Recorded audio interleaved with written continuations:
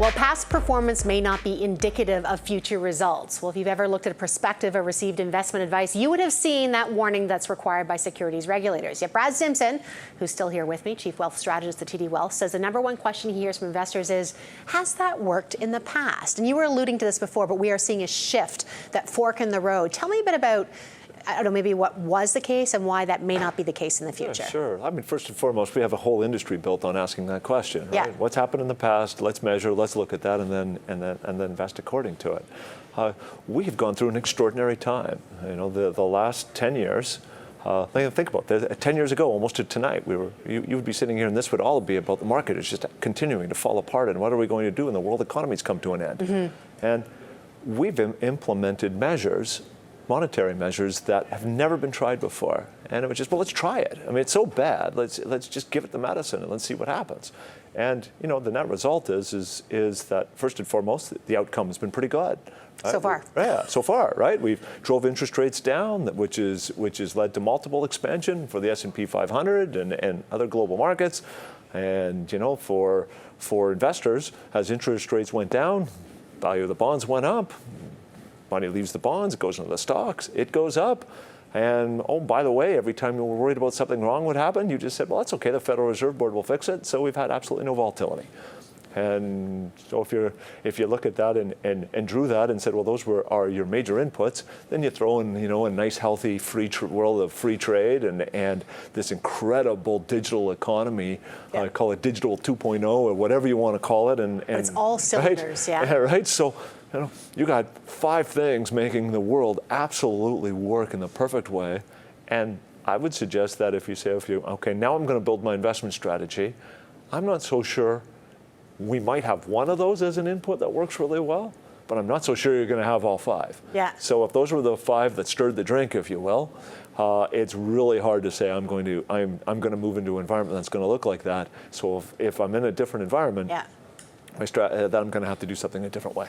You talk a bit about, and you've got a great paper talking about your philosophy about risk priority management. A few things I just wanted to draw out that stood out for me, and one of them was you talk about the approach often to managing money is that the concepts are old. Right. I mean, to your point, there's also, and I love this. I'm not going to steal your thunder a little bit. Right. There's a machine of how you do it versus a biological being. Right. Why do you talk about that? Well, I mean, most of the tools that we use are 60 years old, right? Designed by people who really wanted to be physics professors, and that didn't work out, so they took it to economics and financials.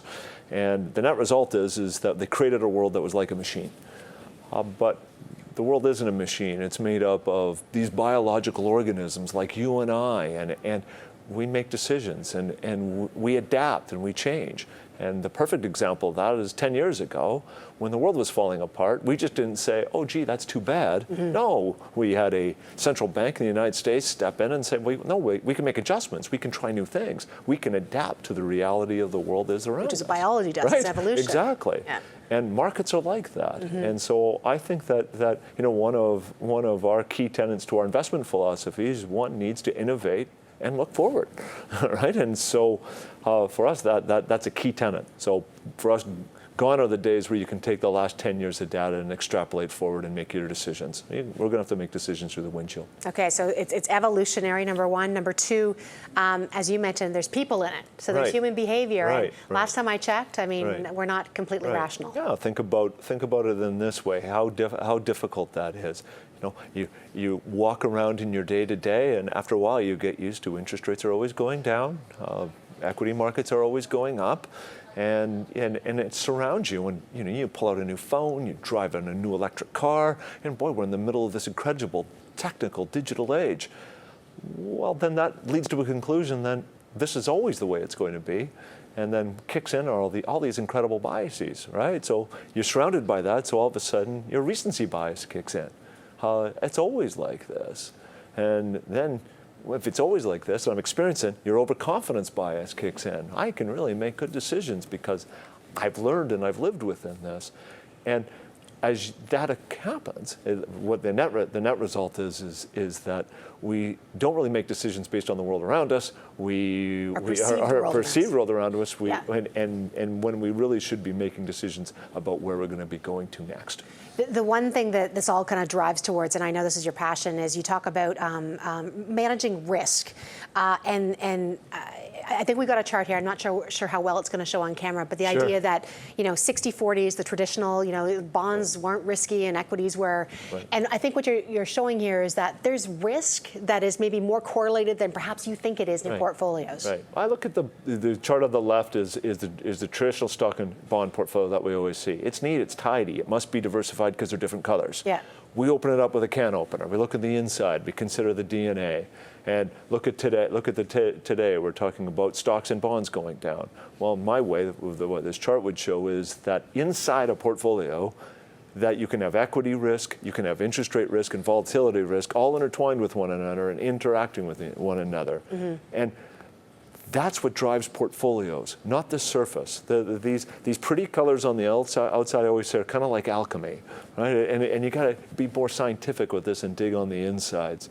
And so I think one of the key things you want to do is to build a portfolio, and instead of trying to predict what tomorrow's going to bring, I think when we're building our portfolios, we want to focus on three things.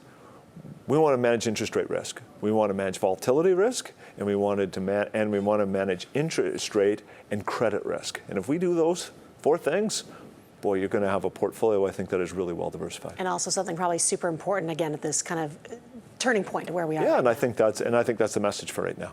Brad, always a pleasure. Thanks so much. Thank you. Brad Simpson, he is Chief Wealth Strategist at TD Wealth.